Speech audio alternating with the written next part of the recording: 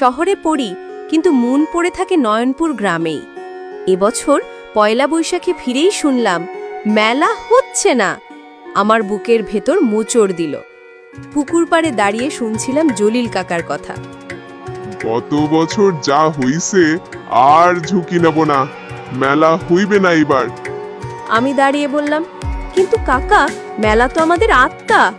একবার ভুল হয়েছে বলেই কি উৎসব বন্ধ রাখবেন? বরং এবার মেয়েরা আয়োজন করবে।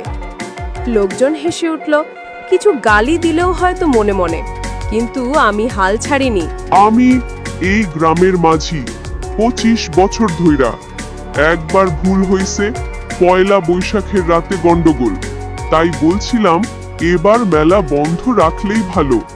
কিন্তু এই মেয়েটা জয়ন্তী, সে থামলো না। বাড়ি বাড়ি গিয়ে কথা কইল, মেয়েদের এক করলো, এমনকি ইউনিয়ন অফিস থেকে ছোট একটা ফান্ডও জোগাড় করে আনলো। আমি ভাবতেছিলাম মাইয়া হইলেও মনের জোর কত।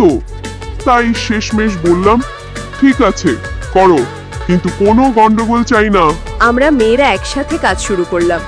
কেউ আলপনা আঁকে, কেউ বাঁশের দোকান সাজায়, কেউ নাটকের চর্চা করে। ছেলেরা ধীরে ধীরে এগিয়ে এলো।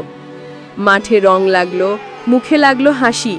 মনে হচ্ছিল এক নতুন গ্রাম গড়ে তুলছি।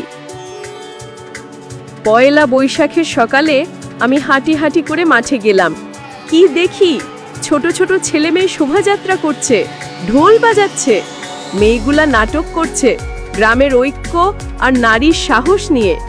আমার চোখে জল আসতেছিল। হালিমা বেগম আমার পাশে দাঁড়িয়ে বলল, এই মেয়েগুলা আমাদের চোখ খুইলা দিল মাঝি ভাই। সন্ধ্যায় সব লোক একসাথে বসে পান্তা ইলিশ খেলো। নাটক, গান, হাডুডুডু সব মিলিয়ে একটা প্রাণের মেলা। সবার মুখে হাসি, চোখে আনন্দ। আমি দাঁড়িয়ে বললাম, জয়ন্তীরে চেয়ারম্যান বানাইলে কেমন হয়? সবাই হেসে উঠল, কিন্তু আমি মন থেকে বলছিলাম। সেই রাতে মাঠের আলোর নিচে আমি ভাবছিলাম, এই গ্রাম তো নতুন করে জাগছে, নতুন করে বাঁচছে। এই হইল আসল বৈশাখ, পুনর্জন্ম।